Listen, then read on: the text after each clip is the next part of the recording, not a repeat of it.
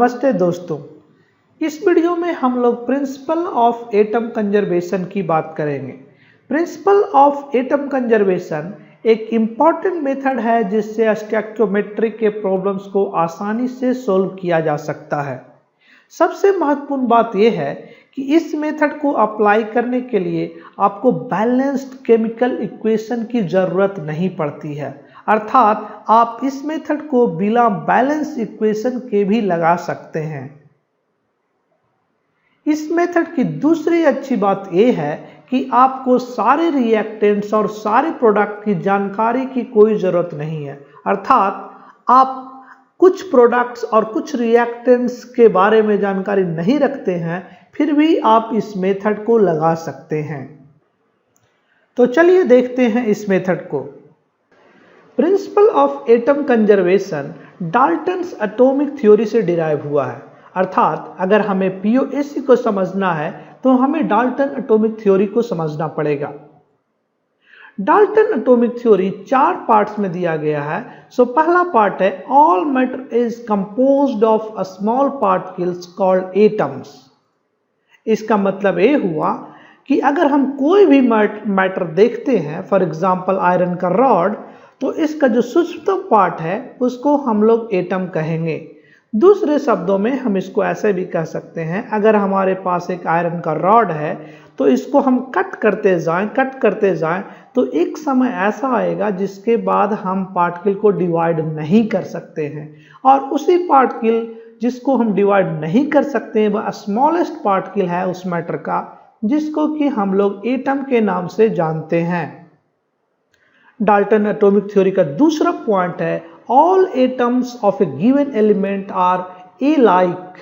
This means all atoms are of similar quality, as well as in terms of weight also, as well as in terms of their properties also. So they are similar. For example, इस iron के rod को अगर हम हर छोटे छोटे particle को compare करें तो हम पाएंगे कि ये सभी एक ही टाइप का प्रॉपर्टी शो करते हैं और सभी एक ही टाइप का वजन रखते हैं। हालांकि ये बात सत्य नहीं है, क्योंकि हम लोग जानते हैं आज के युग में कि आइसोटोप आइसोवार्स एग्जिस्ट करते हैं, but for the time being Dalton के समय की अगर हम बात करें तो उस समय के लिए ये काफ़ी ही महत्वपूर्ण खोज है जिसको कि डाल्टन ने दिया। तीसरा इंपॉर्टेंट पॉइंट है compounds are formed when different atoms combine in a fixed proportion. So ने तीसरा बात कही, अगर हमें कोई कंपाउंड बनाना है तो हमें एटम्स को मिक्स करना होगा। This means one atom from this element, another atom for another element, and they mix together, they form some kind of bond. तो इस तरह से हम लोग एक कंपाउंड बना सकते हैं। मगर जब भी कंपाउंड फॉर्म हो रहा, जब डिफरेंट एटम कंबाइन कर रहे हैं, they will combine only in a fixed proportion. So एक इंपॉर्टेंट बात है। अगर दूसरे शब्दों में कहें तो हम ऐसे कह सकते हैं कि एक कंपाउंड के डिफरेंट एलिमेंट्स का अगर एनालिसिस किया जाए, जो कि आजकल हम कर सकते हैं यूजिंग एलिमेंटल एनालाइजर, और एलिमेंट का जो परसेंटेज है उसका रेशियो निकाला जाए तो वो एक फिक्स्ड होगा। So this means atoms combines in a fixed proportion to give the compound. और आखिरी पॉइंट जो कि काफी इंपॉर्टेंट है, a chemical reaction involves the rearrangement of atoms. So you see, इस रिएक्शन में यानी कि किसी भी केमिकल रिएक्शन में एटम्स का जनरेशन नहीं हो रहा और एटम का डिस्ट्रॉय नहीं हो रहा, ओनली रीअरेंजमेंट हो रहा। This is very important and the principle of atom conservation is based on only this point. So principle of atom conservation का क्या मतलब हुआ कि किसी भी रिएक्शन में जो एटम है, नंबर ऑफ एटम्स जो है वो कंजर्व है। क्यों? क्योंकि रिएक्शन में केवल एटम का रीअरेंजमेंट हो रहा। जो भी एटम रिएक्टेंट साइड है, प्रोडक्ट के साइड भी वही सारा एटम है, केवल एक चीज हुई है कि एटम रीअरेंज हो गए हैं, जिससे एक कंपाउंड की जगह दूसरे कंपाउंड में परिवर्तन हुआ है। So principle of atom conservation is a byproduct of fourth point of Dalton's atomic theory। जो चौथा पॉइंट है जिसमें कि कहा गया है कि एटम केवल रीअरेंज होते हैं रिएक्शन के दरमियान, उसी को लेकर हम प्रिंसिपल ऑफ एटम कंजर्वेशन को दिखा सकते हैं और साबित कर सकते हैं और उसको यूज कर सकते हैं प्रॉब्लम्स को सॉल्व करने में। सो हम प्रिंसिपल ऑफ एटम कंजर्वेशन को एक उदाहरण से समझने की कोशिश करेंगे। सो हमारा क्वेश्चन कुछ इस तरह से है, when 5.08 grams of iodine and 3.55 grams of chlorines are completely reacted according to the following reaction।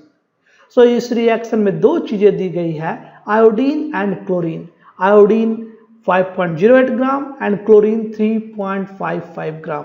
And ये भी कहा जा रहा है कि ये दोनों कंप्लीटली रिएक्ट कर जाते हैं।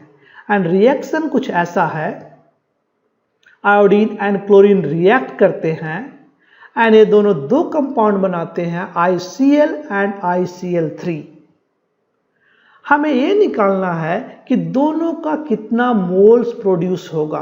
Calculate the number of moles of ICl and ICl3 produced during this reaction. So अगर आपसे पूछा जाए तो आप इस प्रॉब्लम को कैसे सोल्व करेंगे?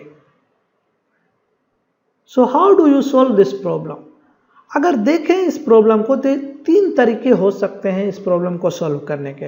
एक पहला जिसमें हम लोग रिएक्शन बैलेंस कर दें और कोफिशिएंट के बेसिस पे प्रोडक्ट का मोल्स निकाल लें, that is balanced method, balanced equation method.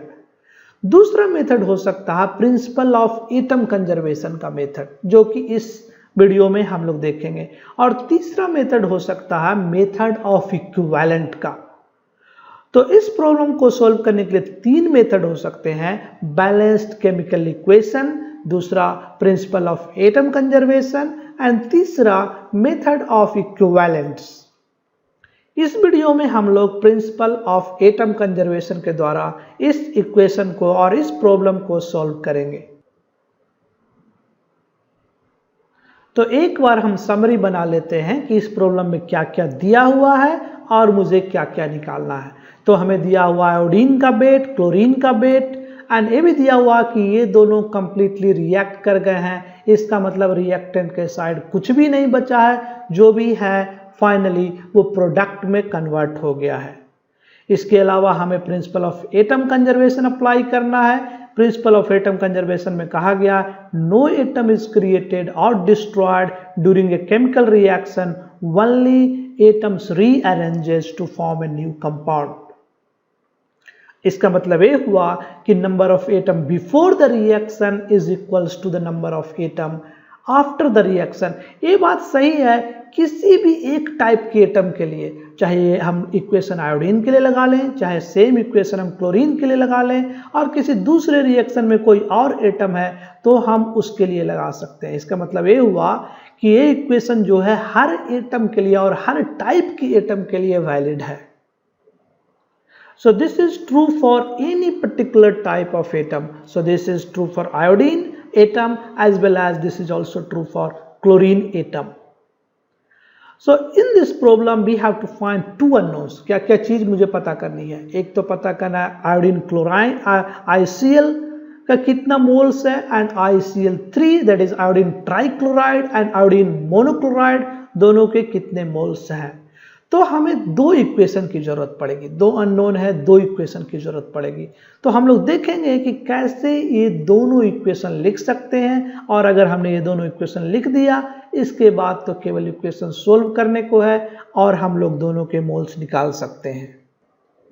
तो चलिए हम लोग दो इक्वेशंस लिखते हैं। So solution, so this is the reaction that we have, iodine plus chlorine, ICl plus ICl3। सबसे पहला काम मुझे ये करना होगा कि वेट को कन्वर्ट करना होगा मोल में। तो हमें पहले दोनों के वेट्स दिए हुए हैं 5.08 ग्राम एंड 3.55 ग्राम।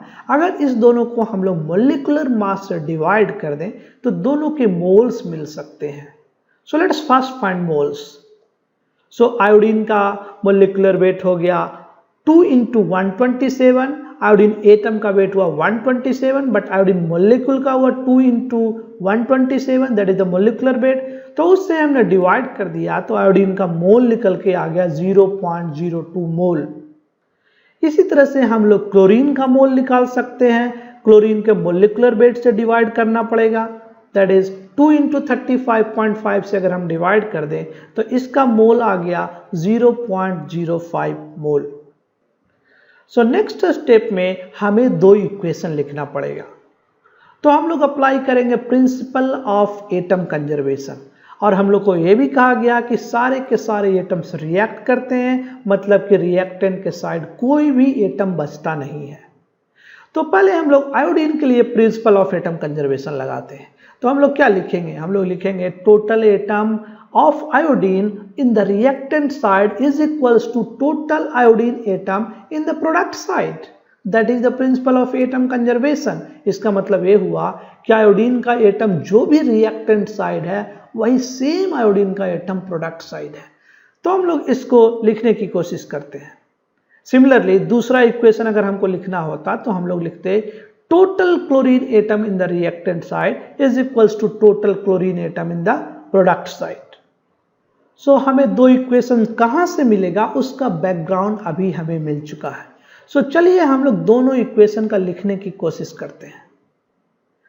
तो आयोडीन एटम के कंजर्वेशन की बात करें तो हमें लिखना पड़ेगा 2 into moles of iodine is equals to 1 into moles of ICl plus 1 into moles of ICl3। इसको थोड़ा हम लोग विस्तार से समझने की कोशिश करते हैं। अगर रिएक्टेंट आयोडीन साइड में आयोडीन देखिएगा तो आयोडीन एटम जो है केवल आयोडीन मोलिक्यूल के अंदर है, और एक आयोडीन मोलिक्यूल में 2 आयोडीन का एटम है। तो हमें 2 से मल्टीप्लाई करना पड़ेगा, क्योंकि moles of I2 that is moles of molecule I2 को अगर हम 2 से मल्टीप्लाई कर दे तो मुझे मिलता है मोल्स ऑफ आयोडीन एटम। तो ये रिएक्टेंट साइड में जो भी आयोडीन का मोल्स है उसको हमने लिख दिया।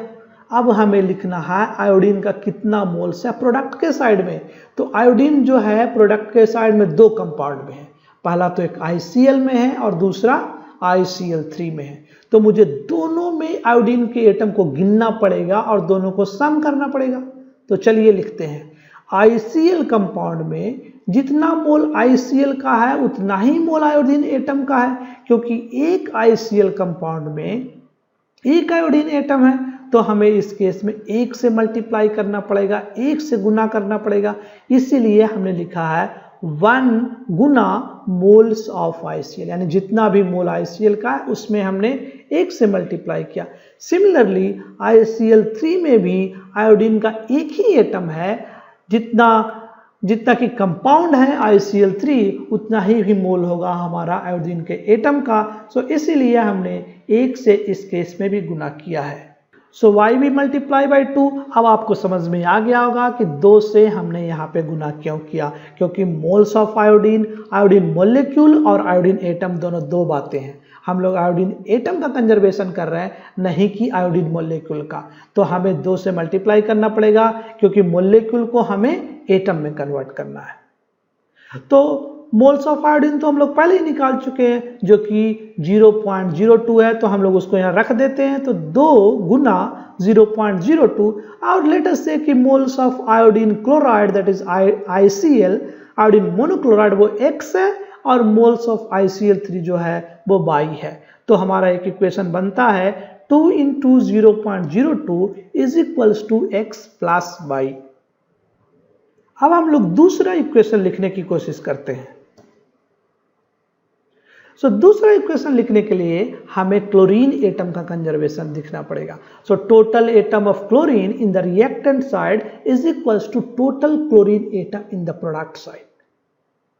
तो क्लोरीन एटम रिएक्टेंट साइड में कितना है, वंस अगेन हमें 2 से मल्टीप्लाई करना पड़ेगा, क्योंकि क्लोरीन में 2 एटम है एक क्लोरीन के मॉलिक्यूल में। सिमिलरली ICl है, उसमें एक क्लोरीन एटम है तो 1 से मल्टीप्लाई करना पड़ेगा, मगर ICl3 के एक मॉलिक्यूल में 3 क्लोरीन एटम है। इसका मतलब ये हुआ कि ICl3 का जितना भी मोल है उसका तिगुना मोल है क्लोरीन एटम का, इसलिए हमने इस केस में 3 से मल्टीप्लाई किया। और मोल्स ऑफ Cl2 मुझे पता है तो इस इक्वेशन को हम लोग कुछ ऐसे लिख सकते हैं, क्योंकि weight divided by molecular weight करके हमने मोल्स ऑफ क्लोरीन निकाल लिया था। तो 2 को 2 मल्टीप्लाइड बाई 0.05, ये हमारा हो गया moles of chlorine atom. And ICl is x and ICl3 is y, so x plus 3y। सो इस तरह से हमें 2 इक्वेशन सब मिल चुके हैं। पहला इक्वेशन ए हुआ और दूसरा इक्वेशन ए हुआ। अब इस दोनों इक्वेशन को अगर हम सॉल्व कर लें तो x और y का वैल्यू निकाल सकते हैं। तो हम लोग सॉल्व इस तरह से कर सकते हैं, इस इक्वेशन को सब्सट्रैक्ट कर देते हैं एंड देन हम इसको ऐड कर देते हैं। फिर y को डिवाइड करना पड़ेगा, माइनस साइन को कैंसिल आउट करना पड़ेगा, तो y is equals to 0.06 divided by 2, तो वो आपका हो जाएगा y का जो वैल्यू है 0.03 मोल। और सिमिलरली x का वैल्यू अगर किसी भी एक इक्वेशन में रख दीजिए, पहला में रख दीजिए, तो x का value 0.01 mole. So moles of ICl जो हुआ इस प्रॉब्लम में 0.01 एंड मोल्स ऑफ ICl3 हुआ 0.03 मोल। तो इस तरह से आप देख सकते हैं कि कैसे हम लोग यूज कर सकते हैं प्रिंसिपल ऑफ एटम कंजर्वेशन को मोल्स के निकालने के लिए, प्रोडक्ट्स के मोल निकालने के लिए। सो प्रिंसिपल ऑफ एटम कंजर्वेशन को अप्लाई करने के लिए जो मेन स्टेप्स है उसको एक बार हम लोग फिर से समराइज करेंगे। पहला स्टेप्स में हमें रिएक्टेंट्स के मोल निकालने पड़ेंगे। तो आपको वेट दिया हो सकता है या गैस का वॉल्यूम दिया हो सकता है, depending upon what kind of matter you have, either you have gas, liquid और सॉलिड। अगर सॉलिड है तो मोलिकुलर वेट से डिवाइड करिए, गैस है तो आइडियल गैस इक्वेशन लगाइए, और लिक्विड है तो नॉर्मलिटी वगैरह लगाइए, और किसी भी तरह से आप मोल निकालिए। अगर आपने मोल निकाल लिया तो फिर आप देखिए कि आपके पास कितना अननोन है, यानी आपको कितना इक्वेशन लिखना पड़ेगा। अगर आपको ये जानकारी हो गई कि कितना नंबर ऑफ इक्वेशन है, तो नेक्स्ट टारगेट आपको होना चाहिए कि आप किस एटम के लिए principal of atom conservation apply करेंगे।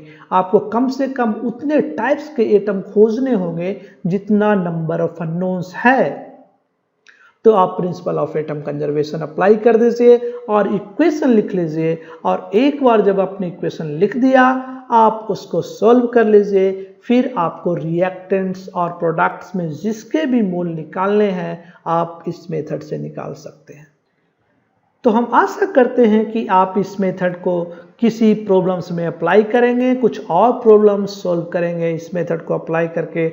आपको ये मेथड काफ़ी ही यूजफुल होगा शॉर्टकट में, और जल्दी से जल्दी आंसर निकालना चाहते हैं तो। अगर इस मेथड के बारे में ज़्यादा जानकारी चाहते हैं तो RC मुखर्जी की एक बुक है modern approach to chemical calculation. इसके पहले 2-3 चैप्टर में इन्होंने काफ़ी ही अच्छे तरीके से प्रिंसिपल ऑफ एटम कंजर्वेशन को अप्लाई किया है, और इस मेथड को अप्लाई करके बहुत सारे प्रॉब्लम सॉल्व किए हैं। केवल यही एक किताब है जहाँ पे कि आपको प्रिंसिपल ऑफ एटम देखने को मिलेगा in terms of Indian writer. Foreign authors कुछ हैं जिन्होंने प्रिंसिपल ऑफ एटम कंजर्वेशन को लेकर के प्रॉब्लम सॉल्व किए हैं, मगर इंडियन ऑथर में आपको RC मुखर्जी एक काफ़ी ही अच्छा चॉइस है। Thank you. आशा करते हैं आपको ये वीडियो अच्छी लगी होगी।